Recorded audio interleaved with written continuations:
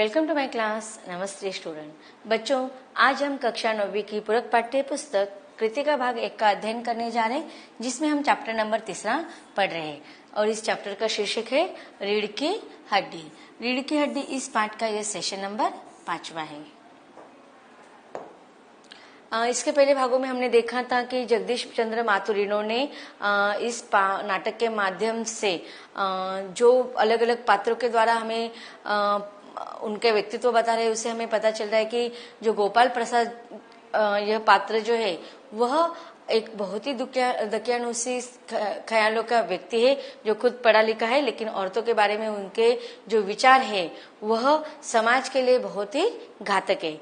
अब आगे भी हम देखते हैं इस नाटक के द्वारा हमें लेखक क्या बताना चाहते हैं।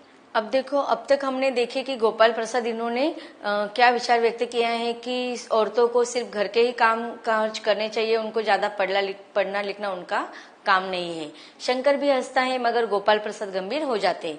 गोपाल प्रसाद: हाँ, वह भी सही है। कहने का मतलब है कि कुछ बातें दुनिया में ऐसी है जो सिर्फ मर्दों के लिए है, और उचित तालीम भी ऐसी चीजों में से एक है। अब देखिए, उनका अर्थ, उचित तालीम का अर्थ होता है कि शिक्षा यह जो चीज है वह सिर्फ लड़कों को ही ग्रहण करने का अधिकार है, स्त्रियों का नहीं। स्त्रियों का कार्य सिर्फ घर परिवार को संभालना है।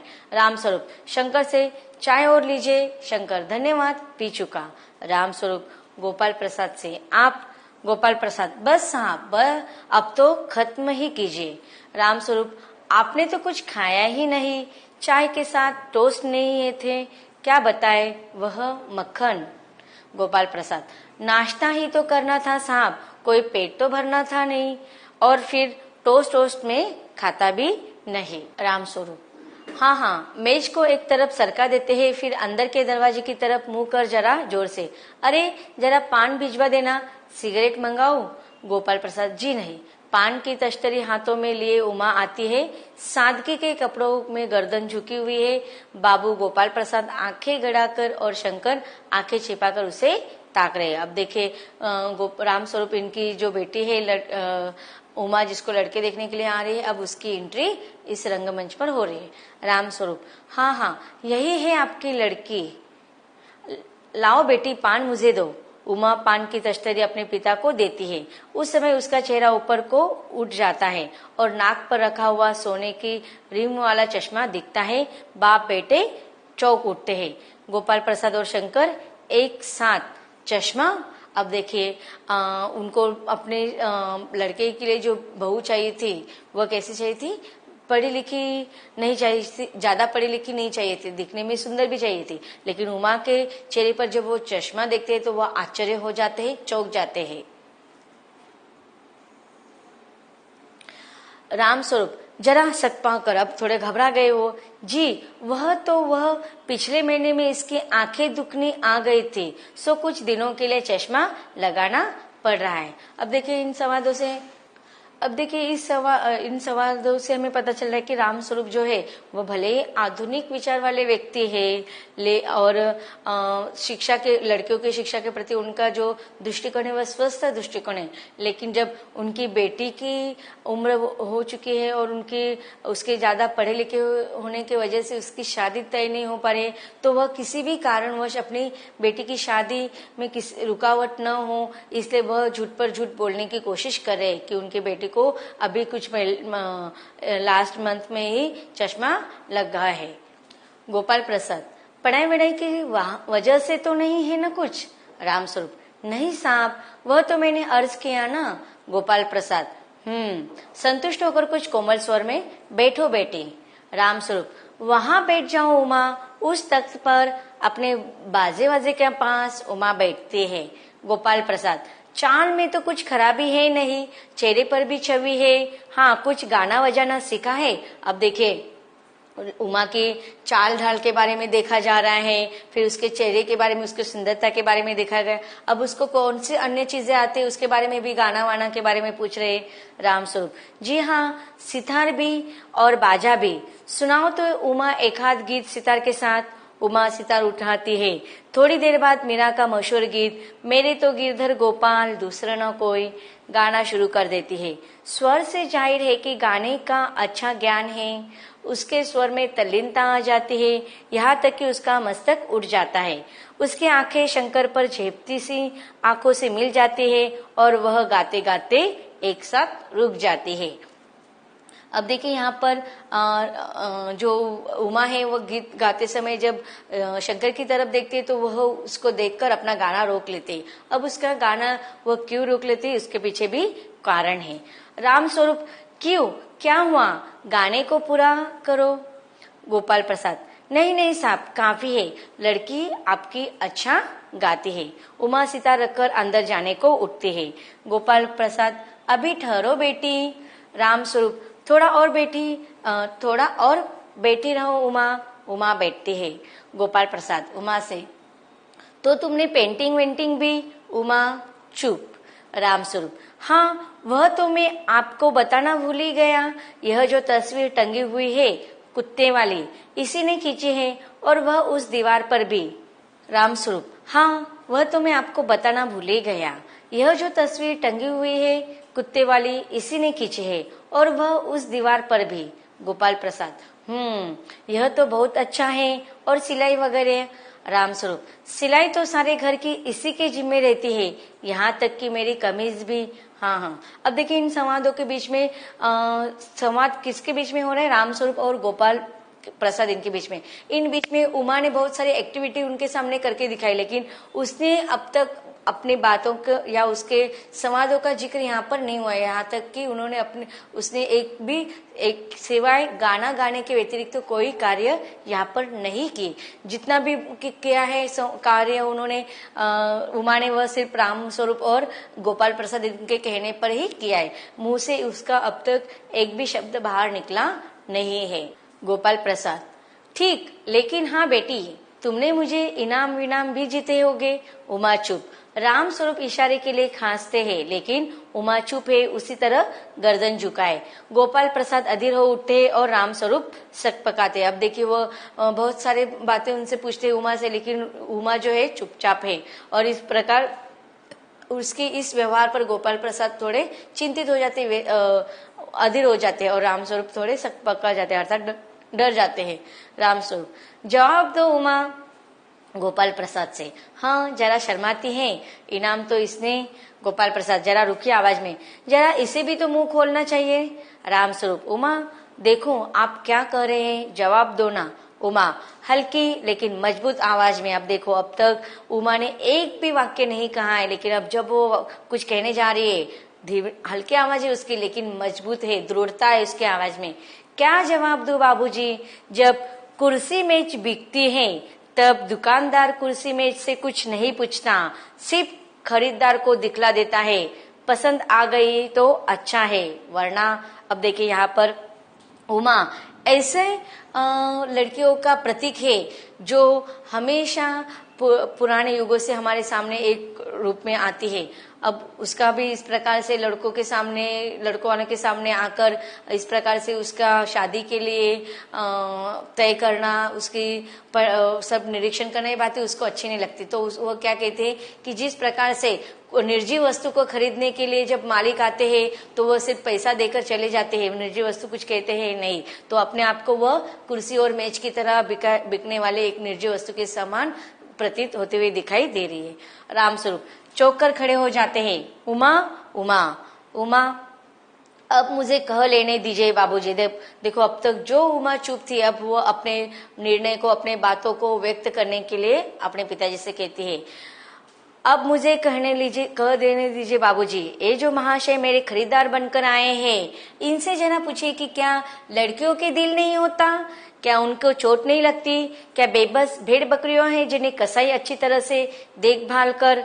अब देखो वो अपने मन के बातों को व्यक्त करिए कि जिस प्रकार से निर्जीव वस्तु को खरीदार आकर खरीद कर चले जाते हैं, और जो भेड़ बकरियां होते हैं, जो कसाई भी उनका तोल भाव करता है और उसको मारने के लिए लेकर जाते हैं, उसी प्रकार से उसके साथ व्यवहार कर लिया जाता है। तो वह कहती है कि लड़कियों का कुछ मन नहीं होता है क्या, लड़कियों के पास दिल नहीं होता है। और इसके इस व्यवहार से गोपाल प्रसाद ताव में आकर, गुस्से में आकर, बाबू राम स्वरूप आपने मेरी इज्जत उतारने के लिए मुझे यहाँ बुलाया था।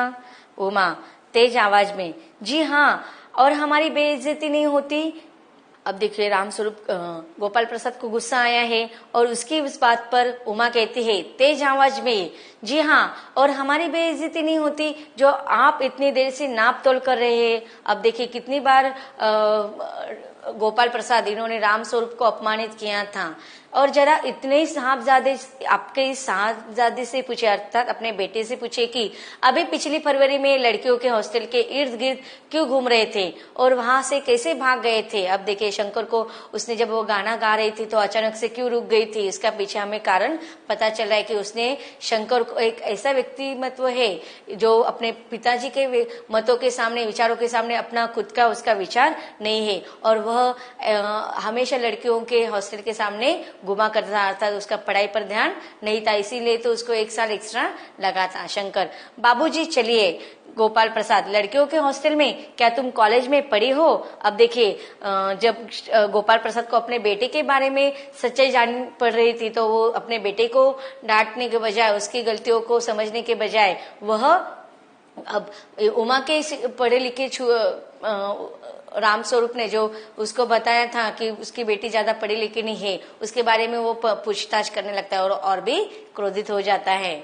रामस्वरूप चुप है। उमा, जी हाँ, कॉलेज में पढ़ी हूँ, मैंने बीए पास किया है, कोई पाप नहीं किया, कोई चोरी नहीं की और न आपके पुत्र की तरह ताक झलकर कायरता दिखाई है।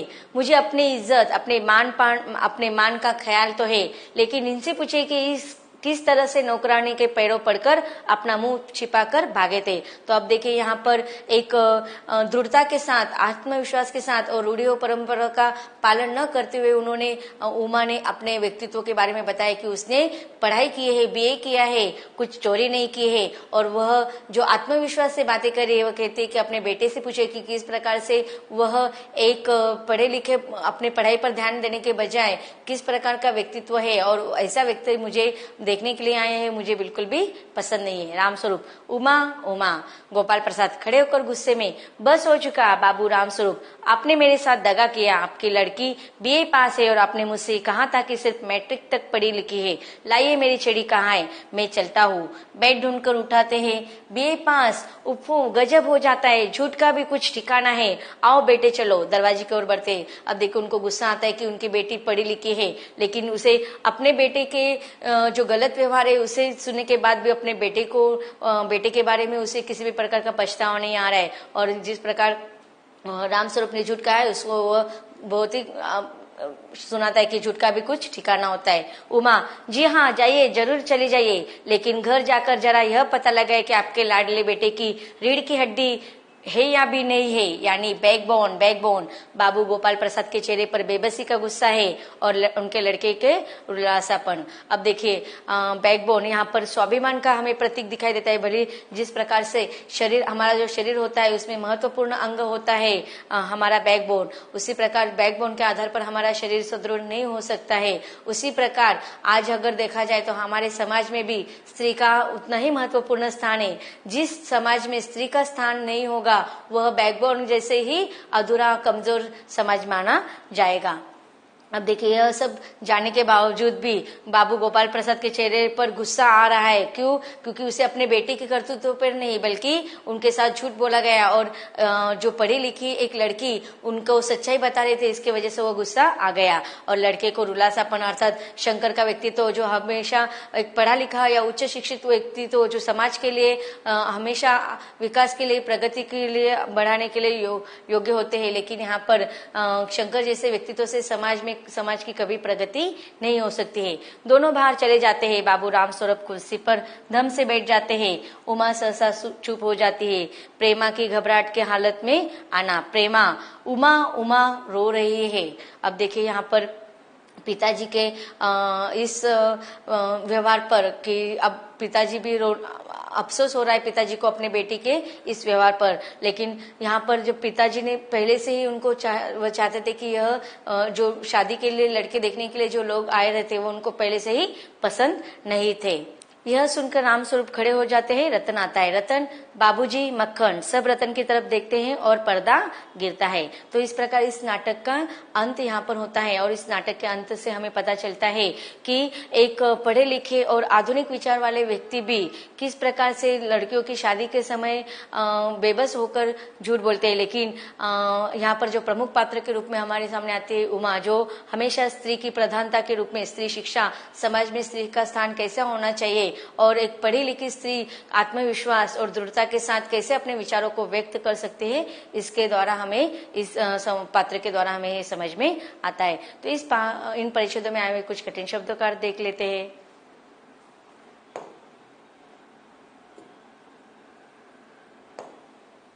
देखते हैं कठिन शब्दों का अर्थ। तालीम, शिक्षा। आंखें गड़ाकर बहुत ध्यान से देखना। अर्ज किया, प्रार्थना की, अनुरोध किया। झेपती हुई, शर्माती हुई, लजाती हुई। अधीर होना, बेचैन होना। मुंह खोलना, बोलना। बेबस, विवश, लाचार। नापतोल करना, एक एक चीज ध्यान से देखना। ताक झाक, चोरी छिपे देखना। कायरता, डर जाने का भाव। मुंह छिपाकर भागना, शर्मिंदा होकर भागना। गजब हो जाता, बहुत बुरा हो जाता। तो इस प्रकार इस पाठ के माध्यम से हमें आज के आधुनिक युग में लड़कियों का सुशिक्षित होना कितना महत्वपूर्ण है और जो सामाजिक समाज से हमारे सामने रखा गया है कि जिस प्रकार से रीढ़ की हड्डी भी है शीर्षक इस नाटक को बहुत ही उचित है कि जिस प्रकार से हमारे शरीर के लिए रीढ़ की हड्डी का होना बहुत महत्वपूर्ण होता है, वह स्वाभिमान का प्रतीक होता है। तो उसी प्रकार पढ़ाई लिखाई यह लड़कियों के लिए भी स्वाभिमान की बात है और जिस प्रकार रीढ़ की हड्डी हमारे शरीर के लिए आवश्यक होती है, उसी प्रकार समाज में भी नारियों का स्थान महत्वपूर्ण होता है। नारियों के बिना समाज की रीढ़ की हड्डी मजबूत नहीं हो सकती है। यह पाठ यहीं पर खत्म होता है। धन्यवाद।